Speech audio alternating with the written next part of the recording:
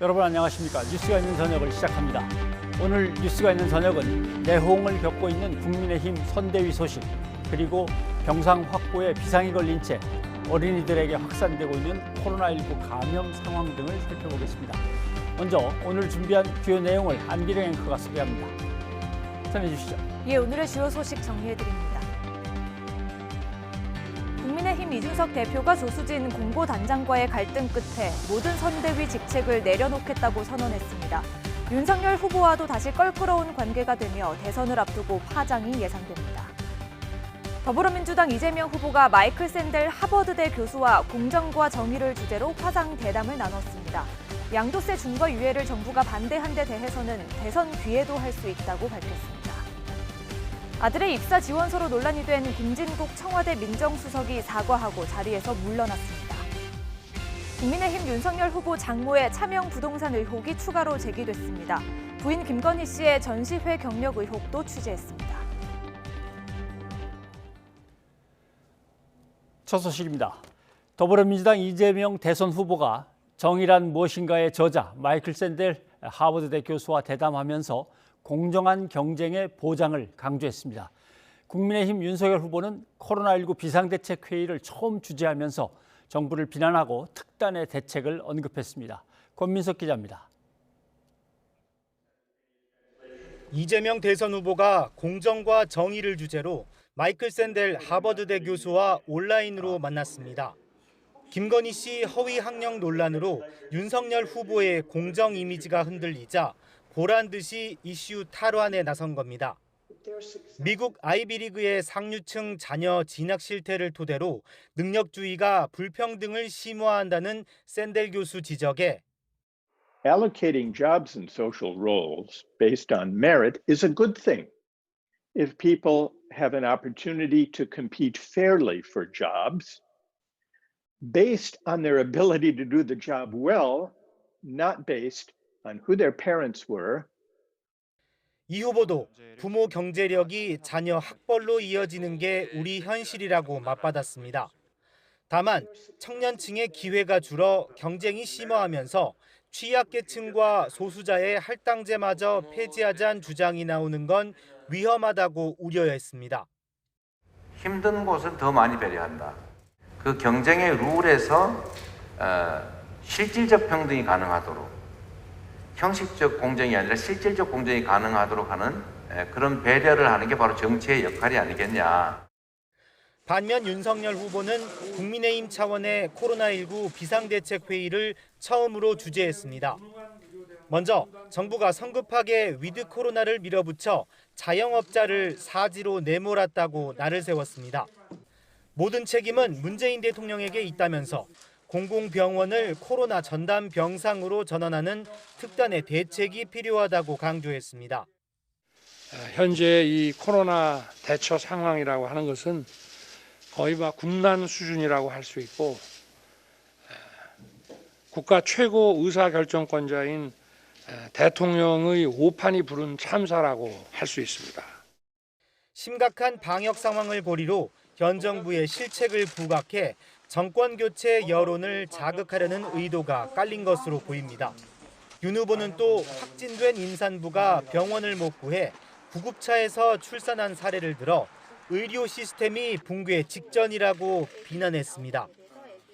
공정과 코로나19 방역, 상대의 약점을 파고드는 이재명, 윤석열 두 양강 후보의 전략이 표심에 어떻게 영향을 미칠지 관심입니다.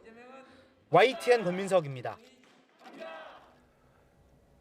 민주당 이재명 후보는 양도세 중과 유예에 대한 정부와 당내의 일부 반대에 대해서 선거가 끝나고 해도 된다며 속도를 조절했습니다. 당 지도부도 특별위원회를 꾸려 당내 의견을 조정하기로 했습니다. 조성호 기자입니다.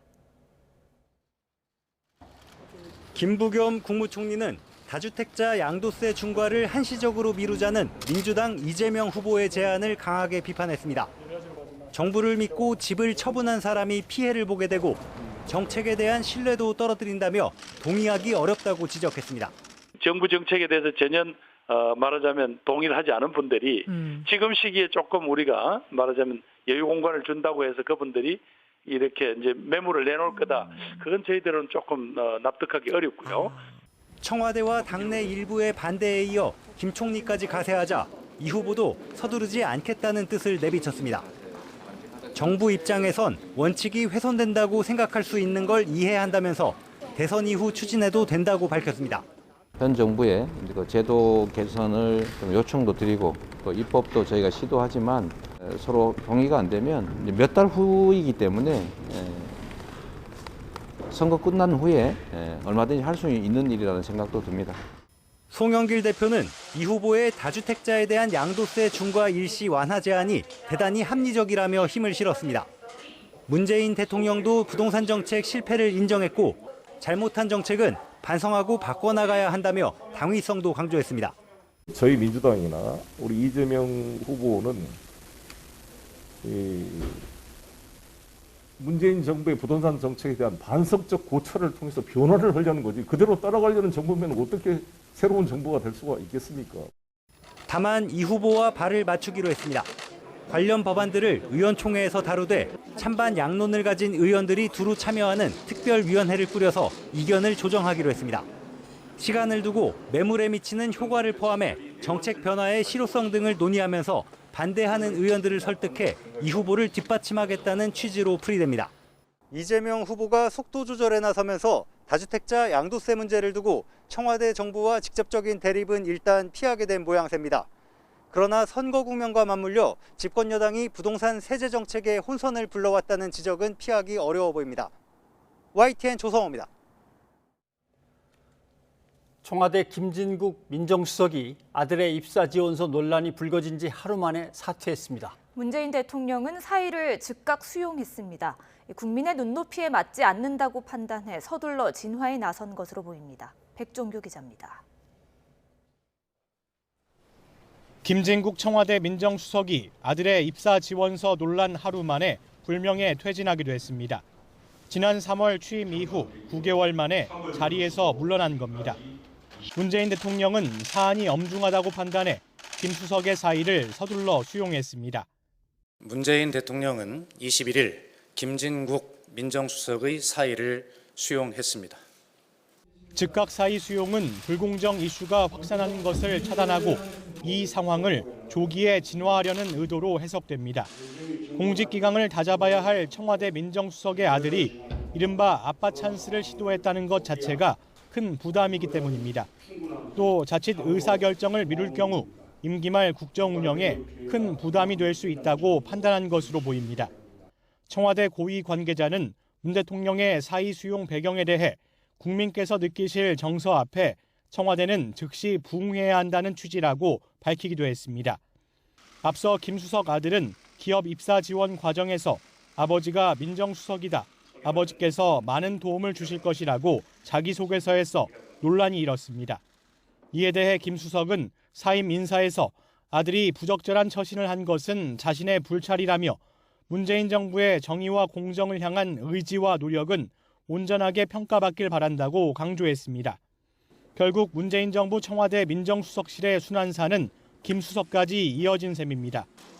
앞서 조국 전 수석은 자녀 입시 비리 의혹 등으로 전국을 달궜고 김조원 전 수석은 부동산 문제로, 김종호 전 수석은 법무부 장관과 검찰총장 갈등을 제대로 조율하지 못해 신현수 전 수석은 검찰 고위 간부 인사 조율 과정에서 패싱 논란이 불거져 물러나기도 했습니다. 김 수석 사퇴로 후임 민정수석 임명 여부에도 관심이 쏠리고 있습니다. 문 대통령의 임기가 5개월여밖에 남지 않은 상황에서 후임자 찾기가 쉽지 않을 것이란 전망도 나오고 있습니다. YTN 백종규입니다. 국민의힘 이준석 대표가 조수진 공보단장과의 갈등 끝에 당 선거대책위원회 내의 모든 직책을 내려놨습니다. 윤석열 후보와도 다시 껄끄러운 관계가 되며 대선을 앞두고 파장이 예상되고 있습니다. 부장원 기자입니다. 국민의힘 선대위 운영을 놓고 조수진 공보단장과 충돌을 벌여온 이준석 대표가 결국 초강수를 뒀습니다. 상임선대위원장직을 포함해 윤석열 선대위의 모든 직책을 내려놓은 겁니다. 저는 이 선대위는 이미 기능을 할 수 없는 상태에 이르렀다. 그리고 저는 제 의지와 다르게 역할이 없기 때문에 저는 선대위에서 모직을 사퇴하고자 합니다. 조수진 단장이 상임선대위원장인 자신의 지시를 거부한 데 이어 비방 동영상을 기자에게 전달한 뒤에도 거취 표명을 거부하자 극약 처방에 나선 것으로 보입니다. 오후만 해도 윤석열 후보는 잘 풀릴 거라며 두 사람의 화해를 기대했고 조수진 단장도 대표실을 찾아 1시간 반을 기다렸지만 기자회견 전에 이 대표를 만날 수는 없었습니다.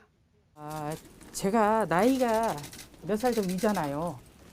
근데 나이를 먹으면은 지혜가 많아져야 되는데 이유를 막론하고 제가 정말 송구하게 됐습니다.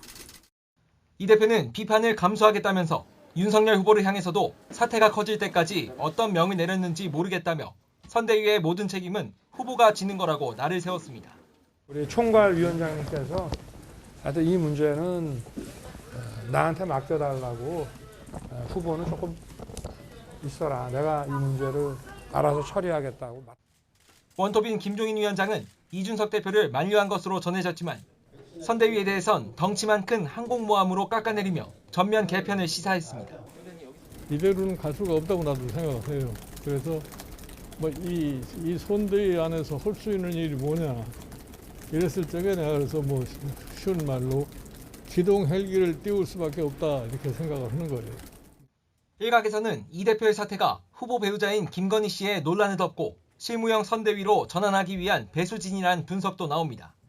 다만 지난 울산 회동으로 극적으로 봉합됐던 선대위 갈등이 보름 만에 재현되면서 윤석열 후보의 리더십은 또다시 시험대에 오르게 됐습니다. YTN 부장원입니다. 네, 대선이 70여일 앞으로 다가온 가운데 국민의힘 선거대책위원회 분위기가 심상치 않습니다. 이준석 대표와 조수진 최고위원 두 사람 사이의 갈등이 최고조에 달한 가운데 또 신지혜 새시대 준비위원회 수석 부위원장의 영입을 놓고도 당 안팎에서 반발이 나오고 있습니다. 김성환 평론가와 관련된 정치권 내용 정리를 좀 해보겠습니다. 어서 오십시오. 네, 안녕하세요. 자, 이준석 당 대표가 긴급 기자회견을 가졌습니다. 좀 들어보죠. 선대위 내에서의 모든 직책을 내려놓겠습니다. 그리고 선거를 위해 홍보미디어 총괄본부에서 준비했던 것들은 승계해서 진행해도 좋고 기획을 모두 폐기해도 좋습니다. 단 하나의 미련도 없습니다. 당대표로서 해야 할 당무는 성실하게 하겠습니다. 물론 울산에서의 합의대로 당 관련 사무에 있어서 후보가 요청하는 사안이 있다면 협조하겠습니다. 네, 당 대표로서 해야 할 당무는 대통령 선거를 앞두고서는 글쎄요 상당히 이것저것 있을 텐데 그중에서 어느 것만 일단 하겠다라는 게 통하는 얘기인지는 잘 모르겠습니다만은 아무튼 앙금은 상당히 깊은 것 같네요. 그 일종의 규칙이 생겨났잖아요. 네. 이준석이 나르면 김종인이 뜬다. 딱 그 규칙이 이번에도 적용되는 것이다 이렇게 생각하는데요.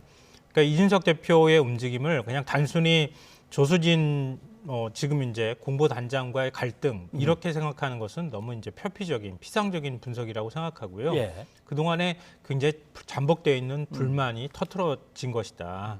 그러니까 일종의 출구를 뚫어야 되겠다고 하는 그런 정치적 계산에 의한 행동이다. 이렇게 보는 게 맞을 것 결국 같아요. 이준석 대표가 뭘 갖고 들어왔으면 그거는 김종인 위원장하고 조율이 된 거고 조수진 최고위원이 공보단장으로 뭘 갖고 들어오면 윤 후보하고 조율이 된 거고 그 두 개가 부딪히게 되는 건가요? 자꾸? 뭐 서로 간에 조율이 됐는지 안 됐는지는 확인하기는 어렵지만 어찌됐든 결과적으로 봤을 때 김종인 위원장과 이준석 대표가 어느 정도 공감대를 이뤘는지는 모르겠지만 당내 김종인 위원장을 중심으로 한 선대위를 좀 제대로 지금 선거 대응을 제대로 해야 되겠다고 하는 측과 이 윤석열 후보와 관련해서 윤석열 후보 말만 듣겠다고 하는 측이 완전히 갈라져 있는 상황이다. 이렇게 봐야 된다고 하는 거죠. 그러니까 지난번에 이제 지난 3일 울산 회동을 통해서 서로 간에 봉합이 됐다고는 하나 결국은 김종인 위원장 한 명을 갖다가 올리는 이런 방식으로 선대위 구성이 될 수밖에 없었다는 거죠.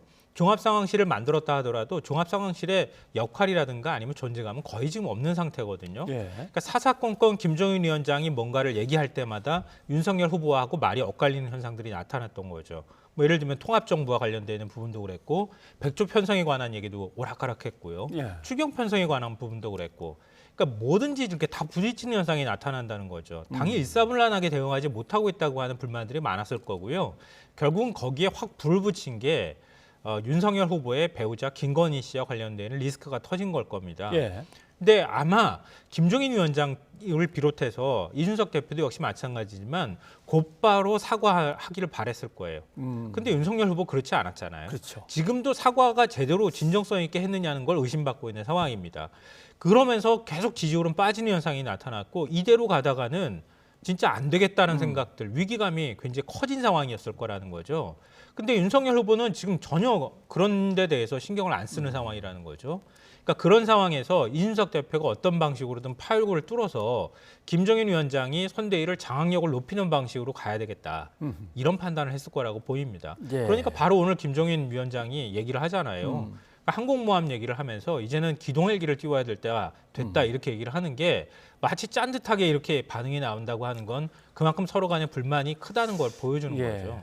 뭐 그 얘기는 맞는 것 같습니다. 항공모함이 다 일일이 할 수는 없고 한쪽에는 전폭기 띄우고 한쪽에는 전투기, 한쪽에는 헬기 띄우고 하면서 팀별로 또 운영하는 뭐 그런 것도 필요하긴 해 보이는데 조수진 공보단장이 문제가 돼서 그랬느냐. 근데 또 그 다음에 이준석 대표의 말은 묘한 게 있어요. 뭐 다들 이걸 또 바로 잡아주지도 않더라. 그러니까 이제 상당히 좀 수세에 몰려 있었나? 이제 이런 생각을 들게 하는 대꾸입니다. 또 하나의 관전 포인트가 그거예요. 당의 장악력과 관련되는 부분이에요. 윤석열 후보는 지금 당을 다 장악했다고 생각하는 거예요. 예. 지난 경선 과정을 통해서 당심을 통해서 또 당 조직력을 통해서 당의 뭐 당협위원장부터 시작해서 국회의원들이 거의 대부분 윤석열 후보 쪽에 가 있는 상황이잖아요. 그러니까 선대위가 구성되어 있다고는 하나 총괄 선대위원장 말도 안 듣고 윤석열 후보 눈치만 보고 있는 상황이라는 거죠. 그러니까 윤석열 후보 밑으로는 사실은 없어요. 세시대 준비라든가 이런 것밖에 없는데도 불구하고 결국 윤석열 후보의 윤핵관이라고 불리는 사람들이 당 선대위를 좌지우지하는 현상들이 나타나고 있다는 거죠. 그러니까 그게 조수진 후보의 조수진 위원장, 공보단장의 입을 통해서 나온 겁니다. 난 후보 말만 듣겠다.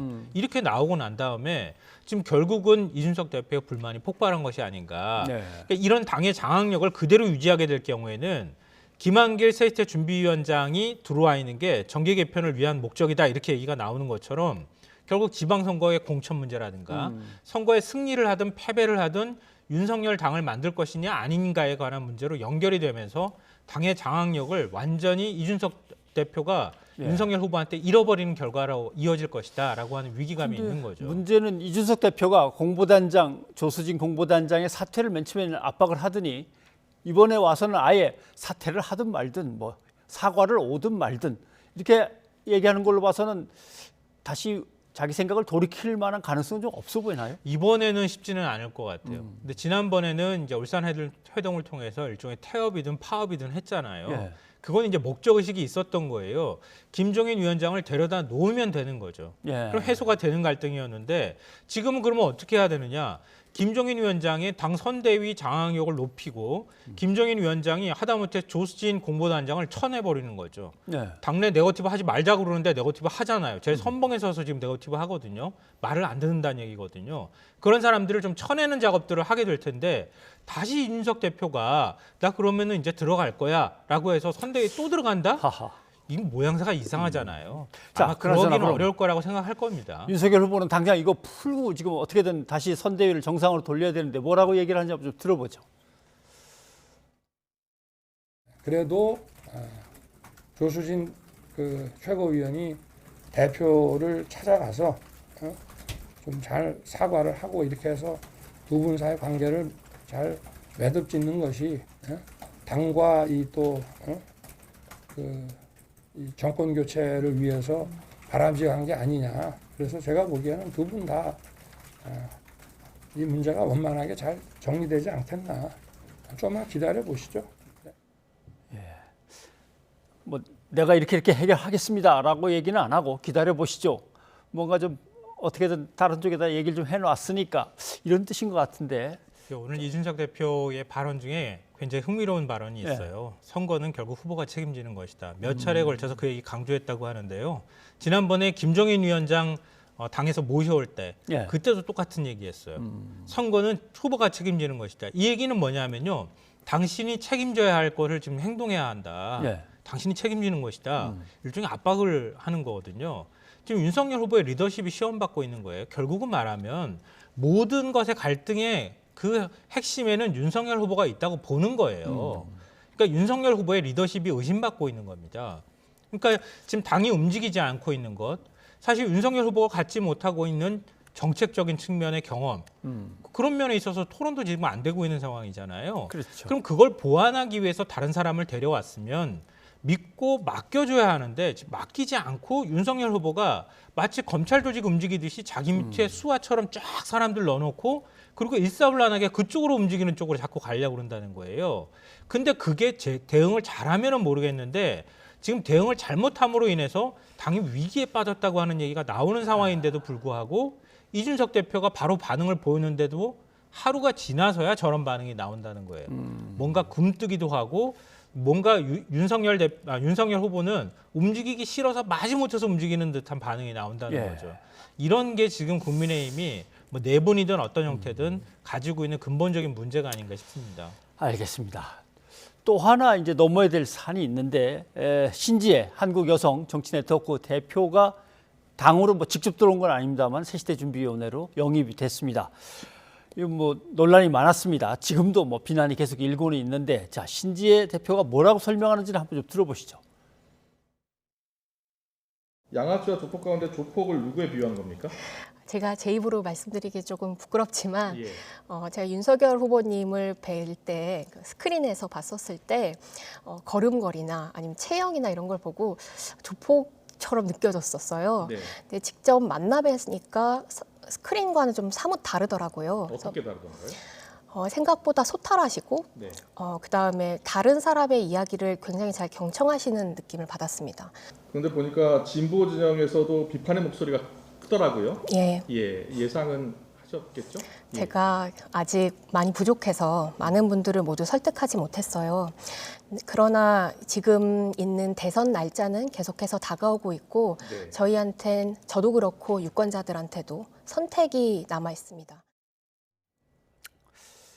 뭐 설명할 준비를 잔뜩 해갖고 나왔겠습니다만 아다르고 어다른데 설득을 다 하지 못했다가 아니라 전혀 논의를 하지 않고 혼자 결정한 그런 모양새가 이제 하나 있고 또 하나의 문제는 지금도 여성계 쪽에서는 훨씬 더 반발이 큰 것 같아서 이게 과연 어떻게 될까? 영향을 어느 정도 미칠 것 같습니까 이게? 네, 우리 정치에서 1 더하기 1은 2만 드는 건 정치가 아니라고 하잖아요. 3이 되거나 4가 되거나 100이 되거나 이런 시너지가 나야지 정치라고 얘기하는데 이준석 대표가 가지고 있었던 뭐 이른바 이제 2030 남성들에 대한 지지, 그리고 또 페미니즘에 대한 안티 페미니즘 인식 이런 게 있었는데 신지혜 대표를 부위원장으로 영입하면 그러면 여성표가 따라올 것이다. 남성도 잡고 여성도 잡겠다. 이게 딱 1 더하기 1 사고방식이 아닌가 싶어요. 근데 신지혜 부위원장이 그 정도의 상징성이 있나요? 여성들한테? 전 그 정도는 아닐 거라고 오늘 생각하거든요. 여성계에서는 없다고 단정을 짓고서 비난 성명이 나오던데. 그러니까 그런 면에서 뭔가의 시너지를 기대하는 것은 좀 어렵다 이렇게 생각이 되고요. 저는 신지혜 대표하고 신지혜 부위원장하고 이준석 대표를 앞에 놓고 라디오에서 토론을 하기도 했었거든요. 굉장히 많이 놀랐습니다. 이번에 영입됐다는 소리를 들으면서. 정치 철학은 정의당에 가까워요. 그리고 거기에 페미니즘 후보를 자기가 자처했기 때문에 페미니즘적 사고가 강한 건 사실이거든요. 근데 자기 정치 철학과 페미니즘적인 어떤 인식을 갖고 있는데도 불구하고 단지 이재명 후보가 싫어서 나는 국민의힘을 선택한다? 뭐 명분이 안 서잖아요. 그래서 제가 개인적으로 추정컨대 신지혜 부위원장이 그동안에 어찌 보면 정치에 입문해서 굉장히 고생을 하면서 지금까지 왔는데 별로 정치적 지형을 넓히거나 정치적 존재감을 키우지도 못했다고 생각하거든요. 그런 마음에서 뭔가를 이뤄야 되겠다. 나도 뭔가 버젓이 이 기성 정치권에 들어가서 역할을 해야 되겠다고 하는 욕심이 좀 많지 않았을까 하는 개인적인 추정을 하고 있습니다. 여성계의 성명 중에 하나는 사실은 이미 기성 또는 기득권 정치 쪽으로 너무 기울어져 있었다. 그쪽을 기웃거리고 있었다라는 뭐 내용 들었습니다만은 그런 면에서는 조금 한편으로 안타까워요. 젊은 정치인이. 또 하나 남은 문제는 김한길 위원장이 과연 명민하게 트렌드를 파악해가면서 지금 쫓을 능력이 있는 건가? 이 문제를 본다면 이것도 같이 의심을 받는 것 같습니다. 근데 김한길 위원장은 좀 책사에 가깝다고 하잖아요. 전략통에 가깝다고 하는데요. 대선 기간 동안에 어떤 큰 역할을 두드러진 역할을 할 거라고 생각하지는 않아요. 예. 국민의힘 내부에서도 아마 그렇게 볼 거예요. 그런데 국민의힘 내부에서는 제일 견제할 거예요. 제가 볼 때는. 김한길의 움직임을 쫓으면 정계 개편이 보인다고 생각할 거예요. 아하. 만약에 윤석열 후보가 대선에서 졌다고 하면 국민의힘이 지금의 모양을 그대로 유지할 수 있겠습니까? 국민의힘은 아마 틀림없이 분당이든 어떤 과정이든 간에 엄청난 내분에 휩싸일 거예요. 자칫하면. 예. 그 과정에서 김한길 위원장이 나름의 역할을 할 것이라고 하는 계산이 있었을 거라고 보고요. 승리했다 하더라도 윤석열 당을 만들려고 할 거예요. 그 과정에서 그럼 상당수의 많은 사람들이 떨어져 나가거나 아니면 함께하거나 이런 과정들이 나올 거라는 거죠. 그럴 때 이준석 대표가 과연 역할을 받을 수 있을까요? 저는 김한길 위원장을 앞세울 가능성이 있다고 봐요. 예. 그래서 아마 국민의힘 내부에서는 김한길 위원장을 제일 견제하는 시각으로 지금 바라볼 거라고 생각합니다. 알겠습니다. 자, 민주당 얘기도 해봐야겠습니다. 이재명 후보는 오늘 정의란 무엇인가의 저자 마이클 샌델 교수하고 화상대담을 가졌습니다. 좀 잠깐 보시죠. 네. 공정성에 대한 열망이 더 높아지고 불공정에 대해서는 더 많이 분노하고 그래서 오로지 이제 시험 본 최종 결과를 내야지 왜 소수나 약자들을 배려하느냐 이런 생각까지 빠지게 된 것 같습니다. 그 경쟁의 룰에서 실질적 평등이 가능하도록 형식적 공정이 아니라 실질적 공정이 가능하도록 하는 그런 배려를 하는 게 바로 정치의 역할이 아니겠냐. 예, 세계를 지배하는 미국의 시각에서 보는 마이클 샌델 교수의 이제 공정이라는 것과 어떻게든 선진국에 진입해서 이제 치고 올라가야 되는 우리 입장에서 좀 다를 수는 있겠지만 그래도 공정, 정의에 대해서 마이클 샌델 교수하고 대담을 갖는다는 건 상징성은 있어요. 굉장히 잘 기획된 행사라고 저는 생각해요. 예. 개인적으로. 왜냐하면 첫째, 윤석열 씨 공정이 의심받고 있는 상황이잖아요. 김건희 씨 허위 이력과 관련해서. 그리고 둘째, 이준석 대표가 그동안에 주장해왔던 시험 똑같이 보고 성적 높은 사람 뽑겠다. 이런 능력 위주의, 능력주의식 공정을 얘기해왔단 말이죠. 예. 거기에 젊은 층이 상당히 좀 많이 박수를 보냈던 것도 사실이거든요. 근데 그건 공정하지 못하다고 하는 비판도 굉장히 많아요. 예. 이 이재명식 공정을 어떻게 만들어가야 할 것인가. 이걸 국민들한테 각인시키거나 특히 젊은 층한테 각인시키는 게 매우 중요하다는 거죠.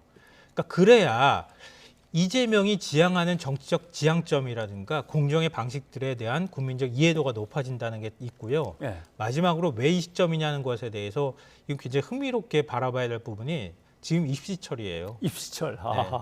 그러니까 학생들도 그렇고 학부모도 그렇고 교육과 관련해서 공정이라는 화두에 굉장히 민감해져 있는 시기라는 거죠. 그러니까 교육 불평등이 자연스럽게 불공정으로 연결되는 이런 구조를 어떻게 깰 것인가 이런 부분에 대한 고민들을 누구나 한 번쯤 할 거란 말이죠. 그러니까 사교육 많이 시키는 사람이 좋은 대학 보내는 것에 대한 반감이라든가 이런 게 상당히 많이 있는 상황에서 딱 이 행사를 지금 기획했다고 하는 거죠. 그러니까 시의성에 관한 문제, 공정이라는 화두를 이끌어가는 문제 이런 것에 있어서 상당히 기획된 행사다 이렇게 보이는데 이 다음에 이제 뭐가 하나 더 나올 게 있는 거죠. 그렇죠. 제가 볼 때는 이재명 후보가 교육 제도를 어떻게 가져나갈 것이냐, 이런 부분으로 자연스럽게 연결하는 알겠습니다. 그 과정에 이번 행사가 있다 이렇게 생각합니다. 그러나 부의 불평등, 공정한 분배 등등등 거기서 교육으로 이어지는 건 좋은데 당장 걸리는 건 부동산입니다. 보아하니까 이재명 후보하고 송영길 대표 쪽은 어차피 부동산 실패했는데 좀 풀고 조였던 거 풀고 좀 완화시키면서 선거를 좀 넘기자는 것 같고 정부 입장에서는 이래 갖고서는 시장에서 그러면 뭐 국가의 정책을 갖다 신뢰하고 따라오겠냐 더 불신당하는 거 아니냐 이제 부딪히는 것 같습니다. 자, 부동산 민심과 관련돼서 이재명 쪽 전략과 정부에 안 될 건 안 된다는 원칙 이게 어떻게 될까요? 그러니까 불가피한 충돌이라고 봐요. 그러니까 신구 갈등이다 이렇게 해석하는 것은 제가 볼 땐 권력 싸움의 어떤 시각에서 바라본 문제인 것 같고요. 근데 그런 관점이라기보다는 이제 문 대통령 임기 5개월 남았는데 네. 문 대통령 이제 차기 이제 미래 권력이 움직이고 있는 상황이잖아요. 그렇죠. 어떤 방식으로든 부동산 정책을 바꾸겠다고 하는 거. 문재인식 부동산 정책에 대한 국민적 반감이 큰 상황에서 뭔가의 비전을 제시할 필요가 있는 거예요. 네. 그걸 꼭 권력 갈등의 어떤 시각으로만 바라볼 필요가 있겠는가 이런 생각이 들고요. 이재명 후보가 제일 고민을 하고 있는 지점이 이 수도권의 민심일 거예요. 하하. 예. 서울하고 경기 지역의 민심. 그러니까 경기도지사, 직전 도지사를 지냈음에도 불구하고 지금 아직까지는 이재명 후보 쪽으로 많이 기울어졌다고 보기 어렵고 예. 서울 민심은 오히려 윤석열 후보 쪽에 기울어졌다고 보는 게 맞거든요. 예. 근데 그런 면에서 어떻게 수도권 민심을 다시 가져올 것인가, 이게 제일 큰 고민거리 중에 하나일 것이다 이렇게 생각하고요. 그런 면에서 정치는 우리가 흔히들 얘기하는 것처럼 국민의 욕망을 읽어야 한다, 국민의 심리를 읽어야 된다고 하잖아요. 근데 종부세 문제에 대해서 내일이 아닌데도 불구하고 내일처럼 받아들이잖아요. 그러니까 세금 나 많이 안 내는데도 불구하고 많이 세금 낼 거라고 생각하잖아요. 그 왜냐하면 내가 언젠가 또 세금 낼 수도 있겠다고 하는 기대감, 아니면은 그럴 가능성이 있다고 하는 불안감이 작동하는 거거든요. 예. 그러니까 이재명 후보는 한마디로 얘기하면 그 불안감을 삭제하는 작업을 하고 있는 거다. 그러니까 지금 일단 힘들어하지 마시고 이재명 저를 뽑아주시면 그런 불안감을 없애드리겠습니다라고 하는 기대를 다시 만들고 예. 제가 집권하면 부동산 정책 다시 짜겠습니다라고 하는 두 가지 메시지를 동시에 던지고 있는 것이다 이렇게 보입니다. 알겠습니다. 뭐 뒤에 따라 나온 말이 있더군요. 어차피 뭐 몇 달 뒤에 문제니까 뭐 그때가 그럼 제가 사실 집권 안 하면 제가 하겠습니다 이렇게 또 얘기하는 거죠. 알겠습니다. 오늘 여기까지 듣겠습니다. 네. 고맙습니다.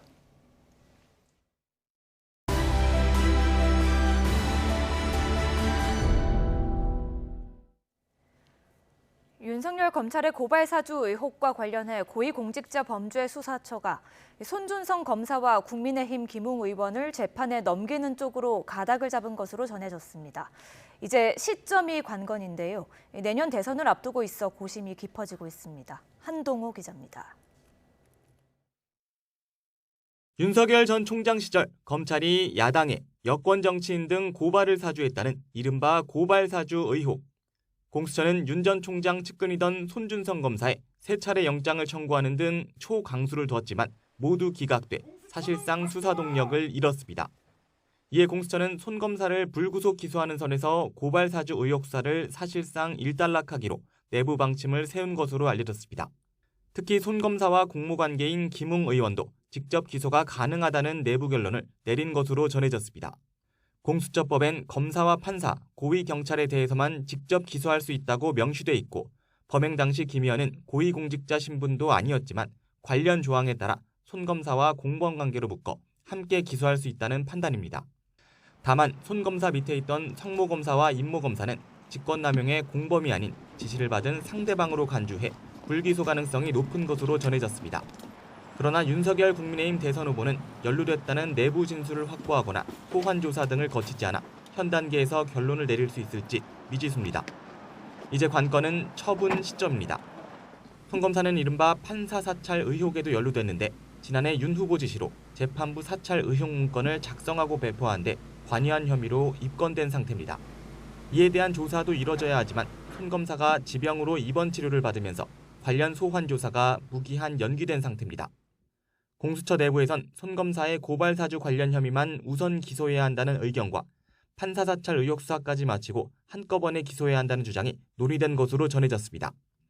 전자라면 대선에 미칠 영향 등을 고려해 올해 기소할 가능성이 높지만 후자라면 물리적으로 올해는 처분이 어렵습니다. 최종적으로 어떤 결정이 나오든 대선 전국에 직간접적으로 영향을 미칠 수밖에 없어 공수처 지휘부의 고심은 깊어지고 있습니다. YTN 한동우입니다. 전태일 열사의 어머니 고 이소선 여사는 아들의 분신 이후 평생 노동운동에 힘썼는데요. 전두환 군사정권 시절 계엄령 위반 혐의로 실형을 받았던 이 여사에게 법원이 41년 만에 무죄를 선고했습니다. 김혜린 기자입니다. 근로기준법 준수를 외치며 분신한 아들 전태일 열사의 영정사진을 꼭 끌어안은 고 이소선 여사. 못다 이룬 뜻을 이뤄달라는 아들 전태일 열사와의 약속을 지키기 위해 40여 년 동안 노동운동에 앞장섰습니다. 여러분들 우리 모두 단결해서 투쟁합시다. 그러던 1980년 전두환 정권 시절 이 여사는 계엄포고령 위반 혐의로 체포돼 징역 1년형을 선고받았습니다. 대학생 시국 성토 농성과 노동자 집회에 참여해 노동자들의 비참한 현실을 알리고 신군부 쿠데타를 규탄하는 연설을 했다는 이유였습니다. 그로부터 41년 뒤 검찰이 직권으로 재심을 청구하면서 이 여사의 명예회복을 위한 재판이 다시 진행됐습니다. 재판부는 고 이소선 여사의 집회 참석, 연설 행위가 헌정 질서를 수호하기 위한 정당한 행위였다고 판단해 무죄를 선고했습니다. 12.12 군사 쿠데타, 5.18 민주화 운동을 전후로 일어난 전두환 정권의 헌정 질서 파괴 범죄에 대항하는 활동이었다고 인정한 겁니다. 후세들에게 반드시 오늘을 기록해서 유산으로 남기고 다시는 이 땅에 군부가 권력이 정의를 민주주의를 좌지우지하지 않는 그런 세상을 시민단체들도 기자회견을 열고 재심 판결에 대해 환영한다는 뜻을 밝혔습니다. 그러면서 당시 전두환 정권에 탄압당한 다른 피해자들에 대한 명예회복도 이루어져야 한다고 촉구했습니다. 불법 재판에 의한 숱한 피해자들이 아직도 구제받지 못하고 있습니다. 진실 규명 작업이 완전하게 이루어짐으로써 명예회복, 그에 따른 피해 보상이 41년 만에 나온 고 이소선 여사의 무죄 판결. 비슷한 시기 재심 청구된 다른 민주화운동 인사 1명 역시 같은 판결을 받았고 다른 2명은 재심 판결을 기다리고 있습니다. YTN 김혜린입니다. JTBC의 새 드라마 설강화가 역사 왜곡 논란에 휩싸였습니다. 설강화는 1987년을 배경으로 여대생과 남파 간첩의 사랑 이야기를 그린 내용인데요. 이미 지난 3월 제작 단계에서 일부 내용이 알려지며 민주화 운동 폄훼, 안기부 미화 등의 우려를 낳았죠. 드라마가 공개된 이후 비판은 오히려 거세졌습니다. 첫 회부터 간첩인 남자 주인공을 여자 주인공이 운동권 학생으로 오인해 구해줬고요. 남자 주인공이 안기부 요원에게 쫓길 때는 배경음악으로 민중가요가 사용됐습니다. 일부 시청자들은 당시 신군부의 논리대로 민주화 운동을 북한과 연결지었다며 민주화 인사들을 탄압했던 안기부의 폭력을 정당화한다는 항의를 쏟아냈는데요. 설강화의 방영 중지를 요청하는 청와대 국민청원까지 등장해 정부의 답변 기준인 20만 명을 넘어 30만 명 이상의 동의를 얻었습니다. 시민단체는 법원에 상영금지 가처분 신청을 예고했고요. 방송통신심의위원회에도 수백 건의 민원이 접수된 것으로 알려졌습니다.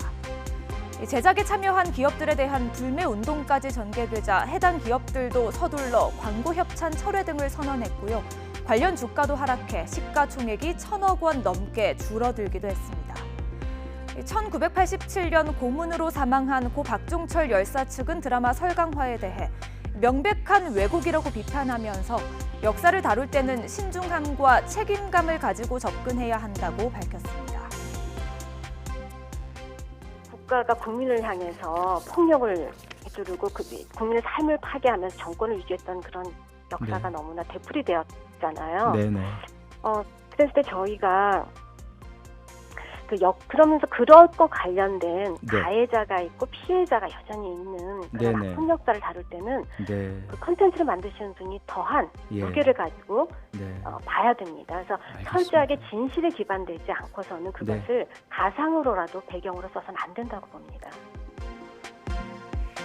논란이 커지자 JTBC는 설강화에 대해 민주화 운동과 관련된 이야기가 아니라고 거듭 강조했습니다. JTBC는 기득권 세력에 이용당하고 희생당했던 사람들의 개인적인 서사를 보여주는 창작물이라며 이 드라마 전개 과정에서 오해가 해소될 것이라고 해명했는데요. 일부에서는 드라마에 지나치게 엄격한 잣대를 들이대면 표현의 자유가 침해될 수 있다는 반론도 내놓고 있습니다. 논란에도 불구하고 설강화는 글로벌 온라인 동영상 서비스인 디즈니 플러스에 공개된 지 하루 만에 12위에 오르며 주목받고 있는데요. 하지만 국내 누리꾼들이 디즈니 본사는 물론이고 해외 유명 사이트에도 항의 글을 올리며 논란은 확산하고 있습니다.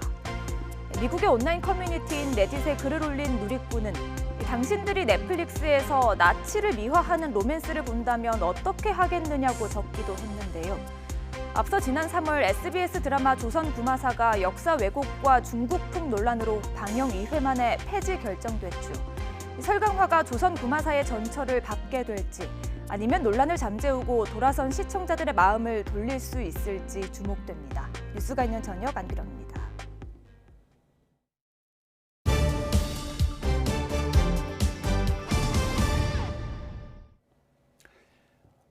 국민의힘 윤석열 후보 부인 김건희 씨의 허위 이력 의혹이 미술계에도 번졌습니다.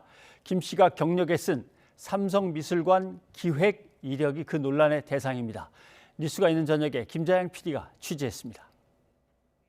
김건희 씨가 참여한 2003년 인천 미디어 아트 비엔날레 도록입니다. 김 씨의 개명 전 이름 김명신으로 소개된 작가 페이지를 보면 전시 경력 첫 줄에 포트레이트 전 삼성미술관 기획이 적혀 있습니다. 통상 삼성미술관으로 불리는 리움 미술관은 이보다 1년 뒤인 2004년에 개관했고 2004년 이후에도 삼성미술관에서 김명신 또는 김건희 이름의 작가가 전시회를 한 적은 없다는 의혹이 제기됐는데요. 논란이 확산되자 김씨 측은 경기도 성남시 분당구에 삼성플라자 갤러리 전시를 잘못 적은 것이라고 해명했습니다. 그러면서 당시 팸플릿을 공개했습니다. 실제 삼성미술관 리움을 운영하는 삼성문화재단에도 문의했더니 해당 전시는 삼성미술관과는 전혀 관계없다는 사실을 확인할 수 있었습니다. 저희 재단하고는 전혀 관련이 없고요.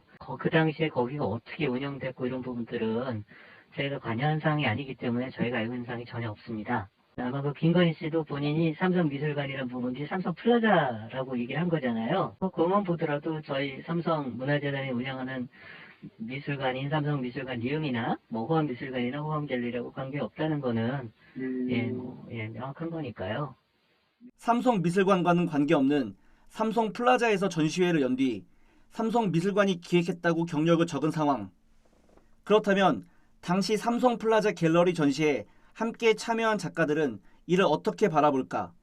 가장 먼저 국민의힘 측에 앞서 언급한 팸플릿을 전달한 당사자라고 밝힌 양승수 교수는 당시만 해도 삼성플라자 갤러리와 삼성미술관 명칭이 정확히 구분돼 있지 않았다며 김 씨를 두둔했습니다.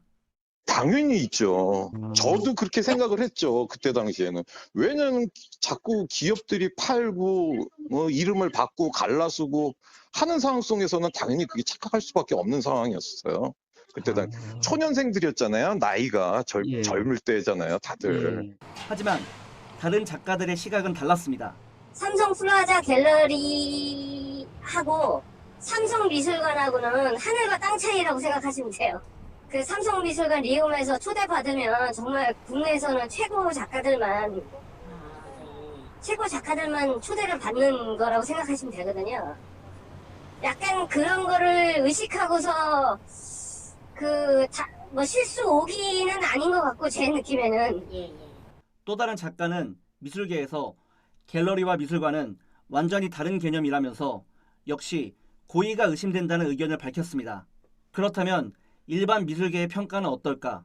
현업에서 활발히 활동하며 많은 전시 기획 경력을 가진 전문가는 삼성미술관 기획이라는 표현 자체에 문제를 제기했습니다. 기획 전 주제나 시기를 함께 적는 게 일반적인데 단순히 삼성미술관 기획전에 참가했다고 경력을 적는 건 수상하다는 겁니다. 김 씨는 2003년뿐만 아니라 2004년 서울대에 제출한 이력서에도 같은 이력을 적은 것으로 드러났습니다. 전시에 함께 참가한 다른 작가들의 지적처럼 단순 실수라고 보기 어려운 대목입니다. 추가 허위 이력 의혹도 제기됐습니다. 서울대 이력서의 김 씨는 1995년부터 5년 동안 대한민국 미술대전에서 수상했다는 경력을 기재했지만 확인 결과 수상은 1995년 한 차례만 있을 뿐 그 외 수상 내역은 없다는 지적입니다. 95년을 제외한 나머지 96년, 97년, 98년, 99년 대한민국 미술대전 연도별 브로셔 명단 확인 결과 수상 내역이 없었습니다. 학계뿐 아니라 미술계에도 김 씨의 잇단 허위 이력 논란이 불거진 상황. 김 씨의 고의성을 의심하는 지적이 잇따르고 있어 논란은 수그러들지 않고 있습니다. 뉴스가 있는 저녁 김자양입니다. 국민의힘 윤석열 후보 처가와 관련된 의혹이 또다시 제기됐습니다. 양평 땅과 잠실 고급 아파트를 차명으로 보유했다는 건데요. 근거는 무엇인지 또 법적으로 문제가 있는 것인지 양지열 변호사와 짚어보도록 하겠습니다. 어서 오십시오. 안녕하세요. 예. 경기도 양평에 공흥지구라는 땅이 있는데 여기에 이제 부동산 특혜 개발 의혹이 계속 일고 있습니다. 민주당이 이제 주장하기를 여기에 다른 사람 이름으로 장모 최 씨가 땅을 갖고 있는 것 같더라. 이게 그 내용인 것 같습니다. 예, 그렇습니다. 그러니까 이 땅을 사실 장모 최 씨라든가 아니면 장모 최 씨가 운영하는 ESIND라고 하는 그 토지 개발 회사에서 거의 100%를 다 가지고 거기가 이제 100%를 가지고 있었는데 그러고 있다가 2006년부터 소유하고 있다 2011년도에 이제 택지 개발로 아파트를까지 지을 수 있게끔 만들어진 겁니다. 그런데 이번에 새로 제기되는 얘기는 그 이전인 2004년도부터 이미 이 장모 최 씨가 이 부분을 다 가지고 있었던 게 아닌가라는 그런 정황이 좀 제시가 된 겁니다. 왜냐하면 지금 보시는 것처럼 화면에 나가고 있는데 그러니까 필지는 두 필지 아닙니다만 최 씨가 가진 부분이 있고 최 씨가 운영하는 회사 이름으로 된 게 있었는데 그 회사에서 45억 원을 주고 대부분의 필지를 이 안모 씨로부터 구입을 하는데 매수를 하는데 그때 당시에 지금 매수 가격이 45억 원이 기재가 되어 있는데 이게 당시 공시지가로 따지면 6억 원이 조금 안 되는 가격이었다는 거죠. 그리고 저때 저희 지번에도 산이 붙여 있었지 않습니까? 이곳에 이제 개발 전에 임야 상태를 보게 되면 그냥 야트막한 동네 야산 같은 곳이었습니다. 저기가 2011년도에 개발허가가 났지만 2006년도라고 생각한다면 뭐 전혀 사실 어떻게 보면 경제적 가치라고 하는 게 크게 있을 수 없는 땅이었는데 이거를 개발회사에서 45억 원이나 주고 거래를 했다라고 하는 건 그때 당시에도 이미 사실상 안모 씨라고 하는 사람이 소유했던 게 아니고 아마도 이제 장모 최 씨가 실제로 소유하고 있으면서 그냥 명의만 맡겨놓은 게 아니냐라는 게 이번에 민주당에서 새롭게 제기가 된 것이고요. 저렇게 45억 원이나 주고 민간인으로부터 이 토지를 매입을 했기 때문에 나중에 이게 처음에 이 공지와 관련해서 제기된 문제점 중에 하나가 개발 부담금을 거의 내지 않았다는 거 아니겠습니까? 그렇죠. 저렇게 비싸게 주고 샀기 때문에 개발해서 남는 이익이 없었다라고 개발금도 안 낼 수 있는 또 근거가 됐던 겁니다. 근데 장모 최 씨의 그 부동산 거래 내역을 이렇게 쭉 보면 항상 누군가 가까운 사람이 땅을 갖고 있고 거래가 오고 가는데 또 그 사람 이름으로 돼 있을 때는 또 가등기를 해갖고서 마음대로 처분을 못하게 딱 막아놓고도 있고 이런 것들이 이제 반복되는 게 있어서 뭔가 조금 이렇게 들여다볼 필요가 있다 이렇게 생각은 되는데 어떻습니까? 이게 부동산 실명법 위반 여지가 있는 부분이 있습니까? 그 부분에 대해서 이제 수사를 해야 되는 경우인 거고요. 사실 경기지청에서 이미 입건을 해서 수사를 시작을 했습니다, 경찰이. 그런데 왜 그럼 가등기가 문제가 되냐면 가등기라고 하는 거는 이게 누군가가 이 땅의 주인으로 저 매매 등기부에 올라와 있지만 다른 사람이 여기에 내가 권리를 가지고 있다라고 한 번 더 걸어놓은 겁니다. 일종의 가압류처럼 걸어놔서 다른 사람 입장에서 봤을 때는 이걸 사더라도 혹시라도 자기가 매수한 게 거래가 무효로 돌아가 버리고 원래 처음에 가등기 해놓은 사람이 그 땅을 가져갈 수 있기 때문에 이거를 실제 어떤 이유로 가등기가 되는지는 모르지만 보통 이제 담보 목적으로 많이들 하거든요. 저당 잡힌 거나 마찬가지처럼 돼 있기 때문에 그러면 이게 다른 사람 실제로 매매가 정상적으로 이루어졌다면 매매가 이루어지는 과정에서 가등기는 없어진 다음에 이 등기부가 깨끗해진 땅을 사는 게 맞는데 저 지금 설명드린 공지구 같은 경우는 이게 좀 개발회사로 넘어가기 전 한국토지시장으로 넘어가기 직전까지도 가등기가 남아 있었던 겁니다. 가등기가 있는 상태로 뒤에 이 땅을 매수를 했거든요. 그러니까 이 부분도 좀 의심스럽다라면서 이제 이거 차명거래가 의심된다, 부동산 실명법 위반이다라는 주장을 한 거고 부동산 실명제 위반을 하게 되면 5년 이하의 징역이나 2억 원 이하의 벌금까지 가능한 상당히 무겁게 처벌이 되는 범죄입니다. 또 그 차명과 가등기가 얽힌 게 또 잠시에 60평대 고급 아파트가 있다라는 것도 이제 민주당이 새로 거론을 하고 나왔습니다. 이거는 법정에서 증언까지 얽혀 있어서 좀 묘하게 좀 복잡하긴 합니다만 설명을 좀 한번 해주셔야 될 것 같습니다. 이것도 이제 구조 자체는 이렇습니다. 이 장모 최 씨의 오빠가 처음에 이제 분양을 받았다가 김모 씨라는 사람에게 이게 매도가 된 것처럼 팔았어요. 나와 있습니다. 그런데 다른 재판에서 이 김 씨하고 최 씨가 위증을 했다라는 사유로 해서 벌금을 받습니다. 근데 그 벌금을 받게 된 위증의 내용이 뭐냐면 사실은 그 아파트가 장모 최 씨 건데 이게 김 씨 거라고 이 거짓말을 했다. 그래서 위증이다라고 형사처벌을 받은 겁니다. 그러니까 원래 본안 재판이 뭐였는지와 상관없으나 이게 위증죄로 벌금이 약식명령으로 이게 내려갔고 나중에 정식재판 청구도 했자가 결국에는 이게 위증한 게 맞습니다라고 오히려 반성문을 제출해서 그냥 벌금형을 확정을 지었거든요. 그러면 뭐라고 얘기를 할 수 있는지는 모르겠습니다만 당시에 뭐 장모의 특별한 사정이 있었는지는 모르겠지만 적어도 법원에 대해서 형사법정에서 그건 위증한 게 맞고 이게 제 것인데 지금 김모 씨 걸로 지금 잘못되어 있었습니다라는 걸 인정을 하긴 했던 셈입니다. 한 차례. 그러면 정리를 하자면 당신 땅이 아니고 장모 최 씨의 땅인데 왜 네 땅이라고 거짓말을 재판 과정에서 했느냐? 아파트를 왜 네 아파트라고 했느냐? 그러니까 무슨 소리입니까? 아닙니다라고 벌금형에 항의를 하다가 갑자기 아닙니다. 제가 거짓말했습니다 하고 반성문을 써냈다는 거군요. 네, 벌금 내고 끝낸 겁니다. 벌금은 벌금대로 내고 끝난 거다. 하하, 이게 그러면 차명으로 소유를 했다는 얘기가 되는 건데. 그것만 보면 이제 마치 차명 소유에 대한 자백이 될 수가 있는데요. 그러나 말씀드렸다시피 이제 알 수가 없는 거죠. 거기에 대해서 무슨 특별한 사정이 있었다. 그때 또 뭐 그냥 이런 거 저런 걸 피해가기 위해서 그냥 거짓말한 게 맞습니다. 이렇게 하고 그냥 끝냈다. 이렇게 하면 또 차라리 벌금 내는 게 어떻게 보면 뭐 더 싸게 먹혀서 그게 낫다. 했다라고 할 수도 있는데 그렇다고 치더라도 말씀드린 것처럼 부동산 실명법 자체가 5년 이하의 중범죄인데도 불구하고 그거를 감수할 정도의 어떤 사정이 있었는지 그 부분에 대해서는 해명이 안 되고 있습니다만 어쨌든 국민의힘 측에서는 그 실제로 아파트를 사고 팔았던 계좌 내역이 다 있기 때문에 이걸 차명 소유했다는 것은 민주당이 과도한 의혹적이다라고 또 반박을 하고 있습니다. 그럼 윤석열 후보 측에서는 해명은 뭐라고 합니까? 그러니까 지금 말씀드린 것처럼 실제로 거래 내역들이 다 있고 아파트 말씀입니다. 아파트 그 거래 내역이 다 있고 계좌가 다 입금 내역이 다 있기 때문에 이게 차명으로 맡겨놓은 것이 아니다는 걸 입증할 수 있다라는 것이고요. 양평과 관련해서는 좀 여러 가지 얘기가 있습니다만 여기 말고도 또 차명으로 지금 보유했던 것으로 지금 뭐 민주당이 주장한 땅이 있거든요. 그 땅은 이 좀 전에 이제 공공기관 달리 너무 헐값에 매매가 이루어졌기 때문에 이게 차명 거래 같다라고 주장한 부분인데 그 부분에 대해서는 지금 보시는 것처럼 이 선산 땅이 물려받은 부분인데 그거를 이제 관리를 하려면 여기저기 소유권이 나눠져 있으면 불편하니까 정리를 하기 위해서 이 편의상 거래를 했다. 그러니까 비싸게 주고 사고 팔 이유가 없었다라고 그렇게 반박을 한 겁니다. 공공지구 관련해서는 뚜렷하게 아직은 지금 해명이 나온 게 없어 보입니다. 그러면 이 아파트에 대해서만큼은 좀 확인할게. 윤석열 후보하고 결혼한 뒤에 문제입니까? 앞에 문제입니까? 2016년도 경에 거래를 2014년, 2016년 경에 거래를 했기 때문에 결혼한 이후의 문제인 겁니다. 알겠습니다. 그리고 이번엔 청와대 민정수석 얘기를 좀 넘어가 봐야 될 것 같습니다. 김진국 수석이 아들 논란에 결국 사퇴를 했습니다. 5개 기업의 이제 아들이 이 이력서, 그러니까 취업 지원서를 쓰면서 거기에 어찌된 일인지 뭐 학력을 묻는다거나 경력사항을 묻는다거나 아니면 뭐 장래에 어떻게 보면은 뭐 지원 동기 이런 것들을 묻는데도 전부 아버지가 민정수석이고 그 아버지의 힘을 빌어서 기업의 꿈을 이뤄주겠다라는 식의 글을 썼던 겁니다. 그래서 사실 논란이 됐고 뭐 김진국 전 이제 민정수석도 책임을 지고 자리에서 물러나긴 했지만 일반적인 지원서의 형태가 전혀 아닌 거죠. 완전히 사실 엉뚱한 내용을 적은 거 아니겠습니까?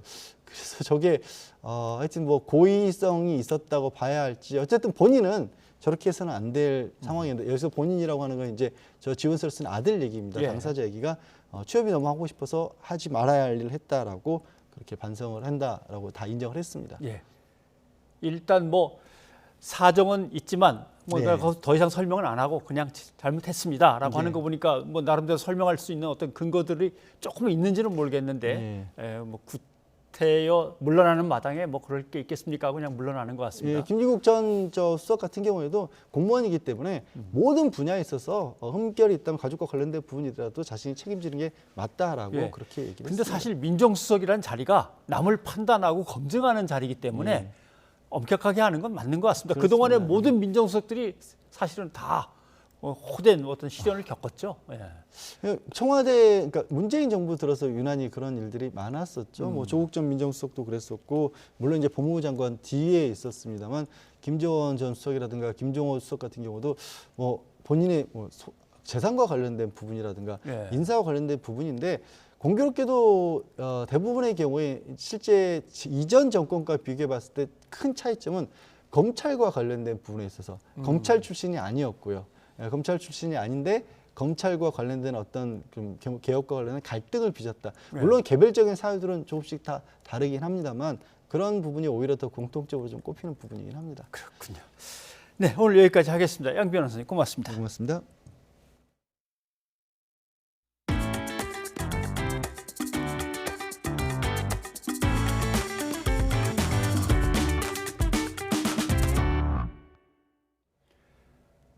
정부는 국내 코로나19 확진자 증가세가 다소 둔화됐다고 평가했지만 감소세로 전환했는지 여부는 더 지켜봐야 한다고 밝혔습니다. 코로나19 위중증 환자가 다시 1,000명을 넘어선 가운데 오미크론 변이 감염자는 하루 사이 49명 늘었습니다. 이동우 기자입니다. 코로나19 신규 환자가 이틀째 5,000명대를 기록한 가운데 델타 변이보다 전파 속도가 빠른 오미크론 변이 감염자가 크게 늘었습니다. 국내 오미크론 변이 감염자는 하루 사이 49명이 추가돼 누적 227명입니다. 오미크론이 우세종이 되는 것은 시간 문제여서 이미 포화 상태인 의료 체계에 상당한 부담을 줄 것이라는 전망입니다. 이 오미크론 바이러스가 넓게 퍼지게 되면은 갑자기 환자들이 늘어나고 그중에 약한 사람들은 입원을 하게 되는데 입원실이 전부 차버리게 되면은 위중증으로 하는 사람들도 물론 생기겠지만 의료 체제 자체가 붕괴될 위험성이 전 세계적으로 있는 상황이라 위중증 환자는 하루 만에 다시 4자릿수로 올라서면서 역대 2번째로 많았습니다. 상황이 이렇다 보니 전국의 중환자 병상 가동률은 이틀 연속 80%를 넘겼고 수도권은 90%에 육박하며 한계 상황에 이르렀습니다. 정부는 심각해진 병상 문제를 해소하기 위한 대책을 내일 발표할 예정입니다. 당국은 다행히 최근 코로나19 유행 속도가 둔화한 것으로 분석했습니다. 현재 유행 속도가 둔화되고 있는 것 같은데 감소 추세로 전환되는지 등에 대해서는 아직 판단하기는 좀 이르고 금주 상황을 좀 더 지켜봐야지 판단이 가능할 것이라고 지금 보고 있습니다. 또 60세 이상 확진자가 전체 확진자의 35% 내외에서 20% 중반으로 낮아진 것도 긍정적인 신호라고 설명했습니다. 중증화율과 사망률이 높은 백신 미접종자의 감염 비율이 조금씩 감소하는 것도 고무적입니다. 당국은 3차 접종을 신속하게 진행하고 방역 패스와 거리 두기를 강화하는 등 특별 방역 대책을 시행한 효과가 나타나기 시작한 것으로 평가했습니다. 정부는 이런 추이가 가속화할 수 있도록 방역 수칙을 준수하고 백신 접종에 적극 참여해달라고 당부했습니다. YTN 이동호입니다. 며칠 전 코로나19에 걸린 임산부가 병상이 없어 헤매다 결국 구급차에서 출산하는 일이 벌어졌습니다. 방역당국은 임신부와 투석 환자 등을 위해 특수병상을 추가로 확보하겠다고 밝혔습니다. 개훈이 기자입니다. 지난 18일 새벽 119 구급차 안의 모습입니다. 코로나19 확진 판정을 받고 재택 치료 중이던 산모가 구급차에 오른 지 1시간 만에 아기를 출산했습니다. 병상이 없어 병원 16곳을 헤매다 결국 구급대원들이 응급처치를 한 겁니다. 아기는 검사에서 음성 판정을 받았지만 코로나19 치료를 받는 엄마와 한 병실에 있습니다. 아이가 태어나더라도 아이가 태어날 때는 음성이었지만 엄마랑 접촉을 하게 되면은 양성, 즉 확진이 될 수가 있는 상황이기 때문에 감염을 막기 위해서는 격리된 신생아실이 필요한 상황인데 우리가 지금 그런 준비는 부족한 상황이고 코로나19에 감염된 임신부가 분만이 임박한 상황에서 병상을 구하지 못하는 사례가 여러 차례 발생하고 있습니다. 정부는 임신부 확진자를 위한 전담 병상 확보에 나섰습니다. 분만을 하려면은 산부인과 의사만이 필요한 게 아니라 그 신생아실, 그다음에 신생아실조차도 그 신생아실 격리가 필요해야 되고요. 또 분만을 하고 나서도 그 산모와 신생아를 별도로 격리해서 케어를 할 수 있는 그런 시스템이 필요합니다. 하지만 이 같은 요건을 갖춘 병상은 현재 서울에 2곳, 경기 3곳, 인천 2곳, 지방 1곳뿐. 때문에 방역당국은 조건을 갖춘 병원을 당번제로 아예 병상을 비워놓도록 하는 방안을 협의 중이라고 밝혔습니다. 코로나19에 걸린 투석 환자를 위한 특수병상도 늘리기로 했습니다. 재택치료 중인 코로나 환자가 외래 투석을 받을 수 있는 병원은 현재 2곳인데 이달 안에 4곳 더 확충합니다. 정부는 아울러 병상 확보에도 총력을 다하고 있습니다. 최근 일주일간 중환자 병상 49개, 감염병 전담병원 병상 621개를 포함해 코로나19 치료 병상 1287개를 추가 확보했습니다. 이와 함께 의료 인력 지원을 위해 전국 보건소에 2064명을 한시적으로 투입하기로 했습니다. YTN 개훈입니다. 초등학생 코로나19 확진자가 최근 급증하고 있습니다. 백신 접종 대상이 아니거나 미접종자가 많기 때문입니다. 정부는 11세 이하 어린이에 대한 백신 접종 계획은 없지만 준비는 하고 있다고 밝혔습니다. 김잔디 기자입니다. 최근 코로나19 환자 증가세는 다소 주춤한 가운데 초등학생 감염자는 급증하고 있습니다. 7살에서 12살 초등학생 코로나 발생률을 보면 12월 첫째 주 하루 평균 2,470명에서 지난주에 4,325명으로 2주 사이 2배 가까이 늘었습니다. 대부분 백신 접종 대상자가 아닙니다. 접종 대상인 12살의 경우에도 접종 완료율은 18.3%에 불과합니다. 특히 접종을 받지 않은 연령층, 청소년들 그리고 11세 이하 원천적으로 예방접종이 불가능한 연령층에서의 감염도 동반되어 증가되고 있는 양상입니다. 반면 접종률이 빠르게 늘고 있는 중학생의 경우 확진자가 소폭이지만 감소했습니다. 중학생의 경우 12월 둘째 주 하루 평균 확진자는 1,650명에서 지난주 1,500명으로 분명한 감소세를 보였습니다.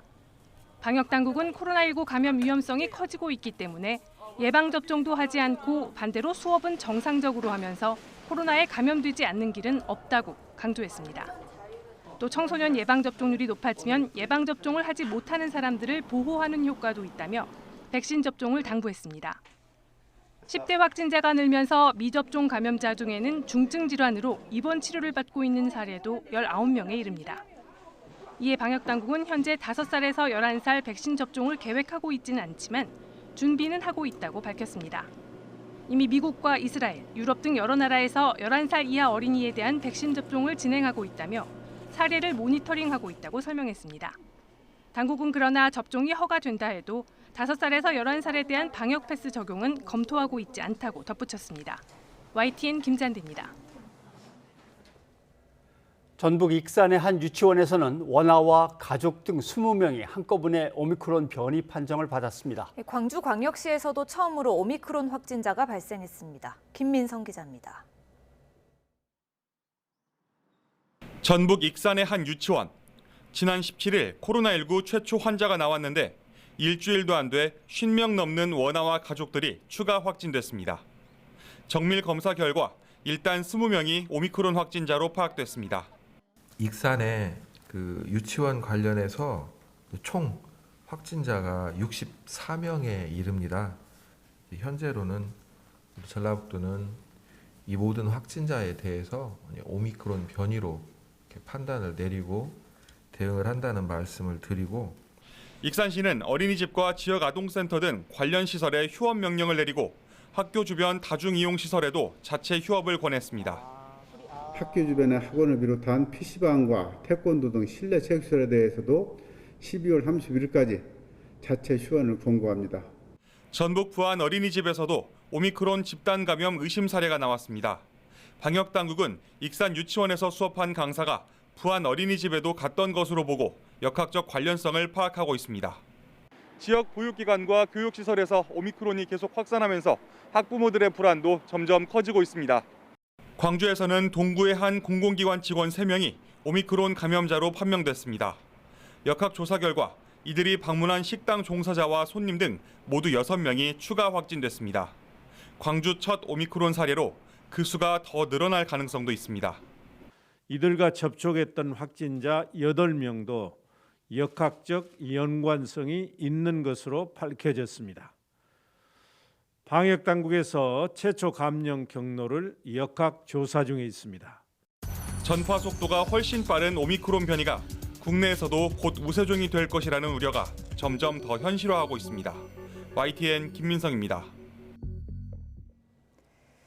네, 방금 들어온 소식 먼저 전해드리겠습니다. 국민의힘 이준석 대표가 앞서 윤석열 선대위 조수진 공보단장과의 갈등 끝에 모든 선대위 직책을 내려놓겠다고 선언했는데요. 이에 조수진 공보단장이 선대위 공보단장직을 사임하겠다는 뜻을 밝혔다는 소식이 들어왔습니다. 조수진 공보단장은 국민과 당원께 죄송하다며 정권 교체를 위해 백의종군하겠다는 입장을 밝혔습니다. 다시 한번 전해드리겠습니다. 앞서 국민의힘 이준석 대표가 조수진 공보단장과의 갈등을 겪었고요. 선대위 모든 직책을 내려놓겠다고 선언했습니다. 이에 조수진 공보단장이 선대위 공보단장직을 사임하겠다, 정권 교체를 위해 백의종군하겠다는 입장을 밝혔다는 소식이 들어왔습니다. 자세한 소식은 추가되는 대로 다시 한번 전해드리겠습니다. 네, 요즘도 백신은 아무 소용없다, 백신은 위험하다는 얘기가 계속 나들고 있습니다. 물백신이다, 그다음에 백신에 정체불명의 미생물체가 있다. 그런데 또 그 미생명체가 와이파이를 방해한다 등등 억지로 만든 가짜뉴스 티가 확 나죠. 이미 언론들이 팩트체크를 계속 하고 있는 내용입니다. 보시면은 기사들이 계속 나왔었습니다. 그런데 백신을 맞아도 아무 소용없다는 물백신론은 이게 정치인들이 자꾸 섣부른 분석을 내놓고 있는 게 가짜뉴스 확산에 한몫 거들고 있는 중입니다. 보십시오. 예, 밑에 아무 소용없는 거 폐지하자. 위에를 보시면은 백신 접종 사망자나 미접종 사망자나 6명 차이밖에 안 난다. 정말 백신 맞은 사망자와 맞지 않은 사망자 수가 거의 같네? 이런 생각이 드시죠? 자세히 한번 살펴보겠습니다.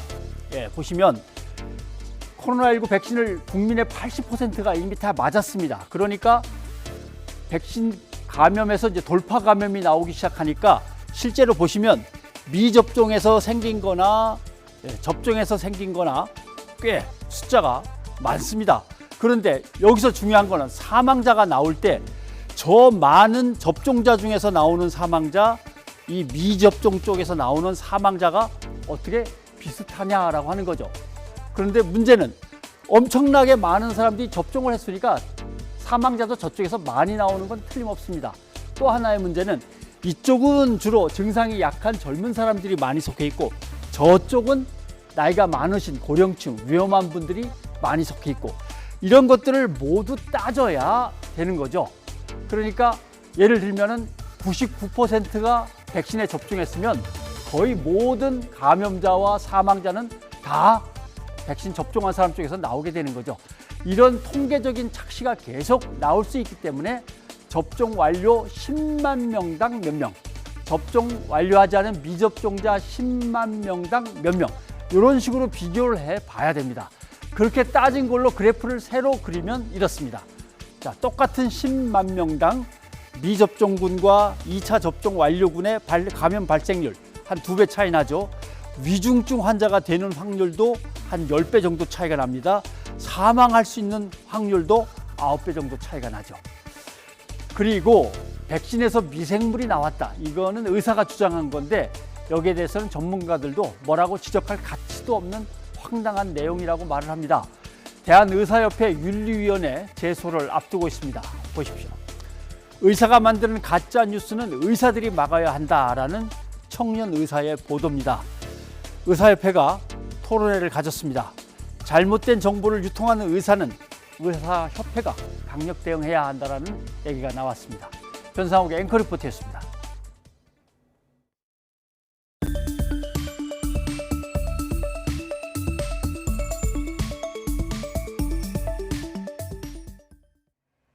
정부의 방역 강화 조치로 또다시 타격을 입은 자영업자들이 집단 휴업에 나설지 투표에 들어갔습니다. 정부는 이들을 달래기 위해 물밑 대화를 이어가는 등 안간 힘을 쓰고 있습니다. 황윤태 기자입니다. 서울 건대입구역 앞에 있는 음식점입니다. 평소라면 손님 맞을 준비로 바쁠 시간이지만 부엌은 조용합니다. 일상 회복 시행으로 겨우 회복된 매출이 사회적 거리두기 재개로 다시 곤두박질 치면서 점심 장사는 사실상 포기했습니다.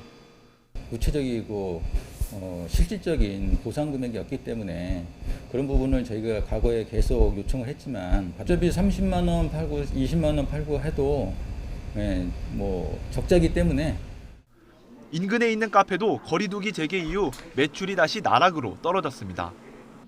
오락가락하는 정부의 방역 지침에 더는 침묵할 수 없다는 생각도 커졌습니다. 커피 2잔 앉아서 드시는 분은 제대로 된 보상을 받거나 그런 데 도움이 된다 그러면 집단 휴업에 참여를 하죠. 이 같은 자영업자들의 집단 행동이 현실이 될 가능성이 커졌습니다. 한국외식업중앙회 등 6개 자영업 단체장들이 다음 주 집단 휴업에 나설지를 놓고 소속 회원 100만 명을 상대로 찬반 투표를 진행하고 있습니다. 특히 심야 영업이 불가능해진 유흥업자들이 집단 휴업에 가장 적극적인 거로 전해졌습니다. 성사된다면 자영업자들이 참여하는 첫 집단 휴업입니다. 12월 27일 날 28일 날 양일간에 걸쳐서 6개 단체의 전체 다 업소들이 5시부터 9시까지 불을 안 켜는 정치인 및 정책을 결정하는 공무원은 출입을 금합니다. 이렇게 이거를 대접을 붙이기로 결정을 했습니다. 식당 등이 대거 집단 휴업에 참여할 경우 점심시간 직장인들의 혼란이나 배달 적체 등과 같은 불편이 예상됩니다. 이를 막기 위해 정부도 자영업단체들과 지난 주말부터 물밑 접촉을 이어가고 있습니다. 앞서 정부는 자영업자들에게 100만 원씩 방역지원금을 지원하고 손실보상 하한 액수도 50만 원으로 상향하는 등 지원책을 발표했습니다. 하지만 자영업자들은 손실보상을 100% 소급 적용해서 지원해야 한다고 맞서는 등 입장차가 커서 갈등이 불가피할 전망입니다. YTN 황윤태입니다.